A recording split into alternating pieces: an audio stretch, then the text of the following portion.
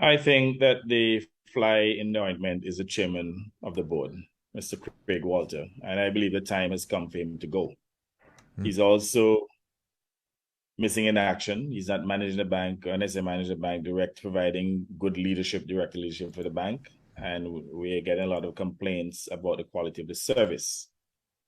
Craig Walter is not ready for prime time, Hmm. and they need to remove him as a chairman and possibly remove him as a director. Hmm. And let me give you an idea as to how incompetent this dude is. I would have held discussions with Craig Walter back in May. Well, I don't remember the month. Sometime in 2015, prior to us resolving EBI Bank and to save deposits.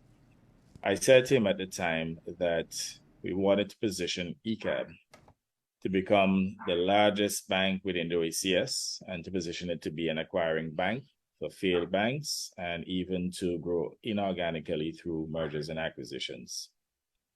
I explained to him that the acquisition of ABI bank assets would be an opportunity for them to start to develop the necessary competence so that if there are future acquisitions, that they would have had the experience, and that ultimately we want to grow Ecab into a multi-billion-dollar bank.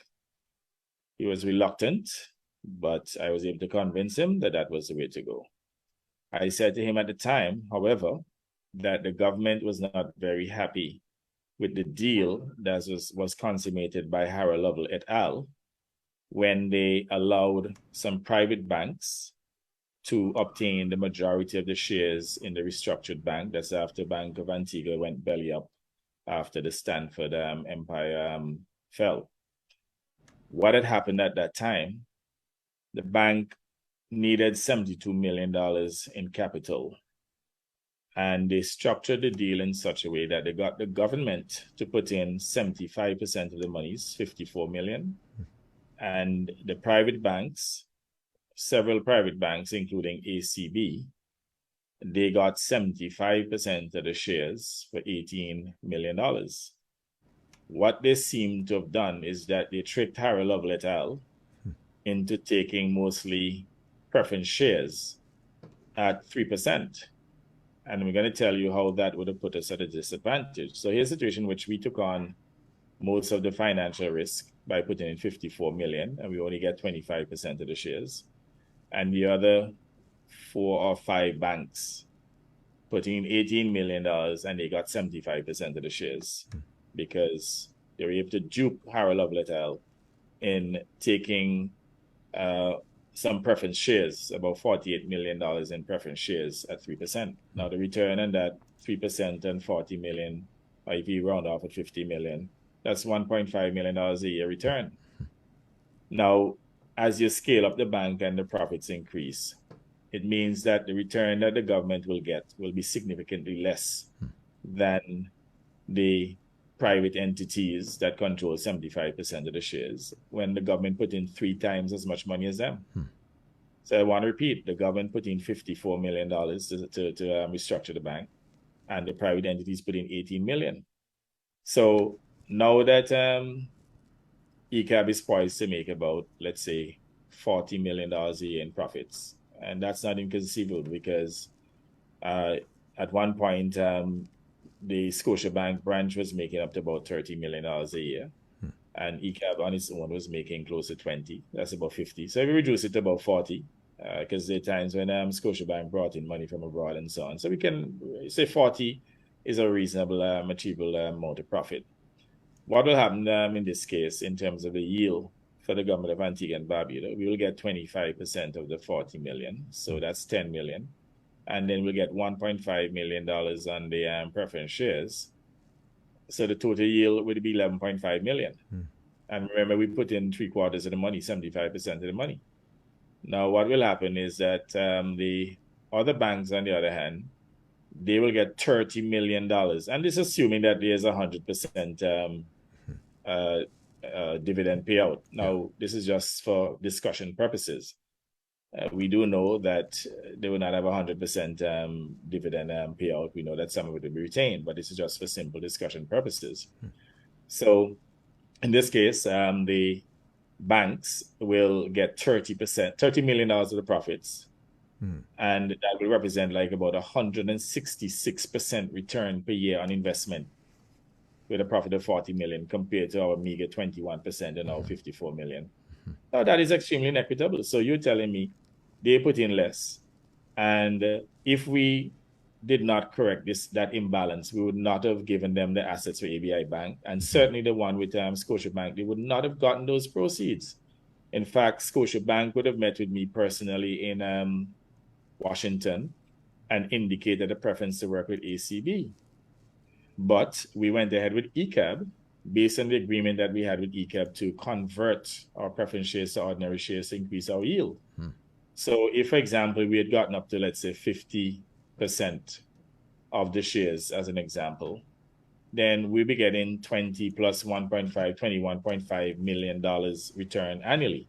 So in other words, the opportunity costs for the government by them disagreeing to convert our ordinary share, our preference shares into ordinary shares is costing the government of Antigua and Barbuda at least $10 million a year.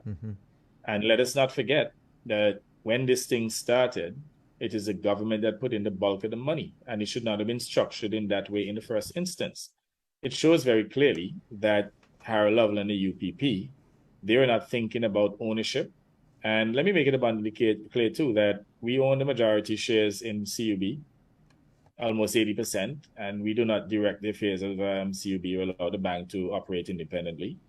And our intention here is to just increase the percentage ownership, domestic ownership. In fact, when you look at the ownership structure of Ecab, 60% of the shares, the ordinary shares, the ownership of Ecab is owned by entities that are non-Antiguan entities. You see how egregious that situation is? And that 60% ownership will get 166% return on their monies compared to our 21% return. And they are our assets. The assets belong to the government and people of Antigua and Barbuda. So when I met with the directors, probably in 2018, if I'm not mistaken, now I think before they acquired the ABI assets, I met with them as well. There was an understanding that they will move towards converting the preference shares into ordinary shares, that they had to be valued and so on. Now, what they seem to be doing now deliberately.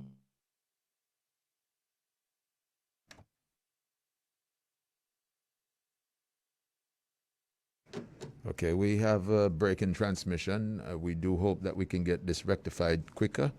Prime Minister Browne is still with us. You're locked and tuned. Listening. Are you hearing me? Yes, we're glad that you're back, sir. Yes, we're hearing you now. There was a slight break in. I break don't know if you asked me, but what I was saying here is that we held discussions with them even prior to the acquisition of the ABI assets, and we wanted that situation to be corrected.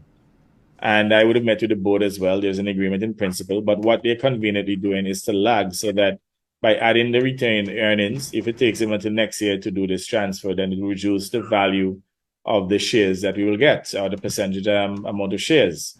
Now, I heard Harold Lovell saying that we are trying to get our grubby hands on the bank with his foulness. I mean, what we're trying to do here is to increase the domestic shareholding and to reduce the amount of monies of the profits of the bank that will be going to other entities outside of Antigua and Barbuda. I mean, that is unfair that we had to take 75% of the risk and we only get in 21% of the returns. We want that corrected, and we don't make no apologies about it. But what seemed to have happened is that the chairman in particular has acted in bad faith. He has not made any efforts whatsoever to convene the meetings that we have requested. As you may recognize, the last time we heard from them was November of last year. I would have picked up the phone and called them and asked them to please convene a meeting. Since then, 2 more months would have passed. And I feel that the chairman in particular, he's acting in bad faith. He's not acting like a loyal, patriotic Antiguan and Barbudan who will be fighting with us. I mean, if, for example, this fight was coming from the foreign banks, I won't say foreign, they're regional, but non-Antiguan banks that are trying to, maybe secure their yield and don't want to yield, then I can understand. But here's a chairman who is a born Antiguan, who refuses to act. even refuses to communicate with us. And, I've said time and time again, I mean, when these issues, we try to deal with them through diplomatic lines, and we would have made certain commitments to the public that we're going to increase our shareholding in the bank, and then we're going to sell shares to Antiguans and Barbudans to empower them.